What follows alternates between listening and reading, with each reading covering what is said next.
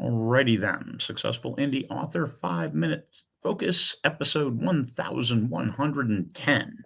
Are you average? It's a hard question. It's a good question. And it's also, we're live streaming to my personal Facebook page that will then copy over to the group. But trying to get more followers, and we're always live streaming to YouTube directly. So directly to YouTube and Facebook today and in the foreseeable future. So are you average? Why would you think that? Do you think you're average? Do you think you're above average? Well, how averages work, you're going to be average in a lot of stuff. You're going to be below average in certain things. But are you above average where it counts? Have you written a book?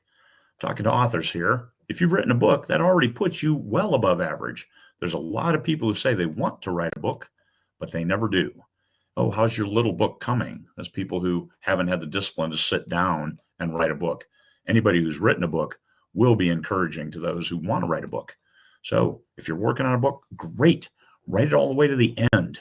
That's the hardest part, is making sure you tell a full story and end it and look at it and say, I have a complete book. That puts you in the top 1% of all those people who say, I always want to write a book. Well, get down there and write it. It takes time. It takes effort. It takes discipline. Button chair, hands on the keyboard, jamming those words like this when nobody's watching. Well, Stanley, he's back there. He's watching, well, listening anyway. But otherwise, it's you by yourself. It's great to get out there and go to a book signing and have people, oh my God, I'm meeting Craig Martelle, the author. Yeah, that's neat. That is actually pretty great. However, you can't get there if you don't write that book. You can't get the accolades. You can't get the trophies. You can't get the royalties, the revenue streams. You can't get any of that if you don't get the book first. So write the book and then write the next book and keep writing, because this isn't a single game where you write one book and you make a fortune and you're good to go. How it works is you write one book, you start getting traction. Each book builds on the last, and each new series builds on what you've known. And it takes books. It takes engaging an audience, keeping them entertained, and keeping them entertained in a way that they want to read that next book. So, are you coping to survive? This is a little bit off topic. However, it still applies. A lot of people, you're spending every bit of your energy just to survive, just to get through the day. Your energy is not unlimited. So sometimes you have to accept good enough. And where that good enough comes to a book, well, is that really what you want? But then again, are you the best judge of whether your book is perfect or not? I suggest that's no. You can read through it as long as you're telling a good story with flow, with characters that are relatable, good dialogue, world building that makes sense, that people can get into and believe. Then you're going to be fine.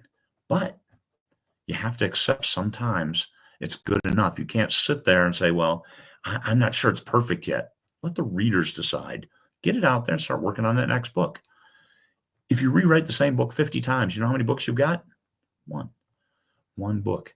How much do you learn from one book? Not as much as you would learn from 50 books.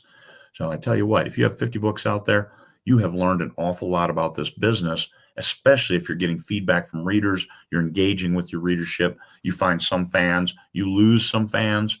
You can learn a lot from fans that you lose. Why did you lose them? It's a good conversation to have.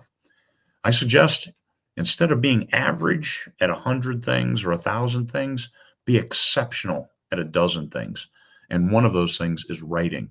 Study your craft, read a lot, write the words, and then write more words, and give feedback. Get feedback from the readers. This is how you become exceptional as a writer, how you become that top 1% of the top 1%. It takes effort, it takes discipline, it takes a desire, and once you're there, there's nothing like it. Peace, fellow humans.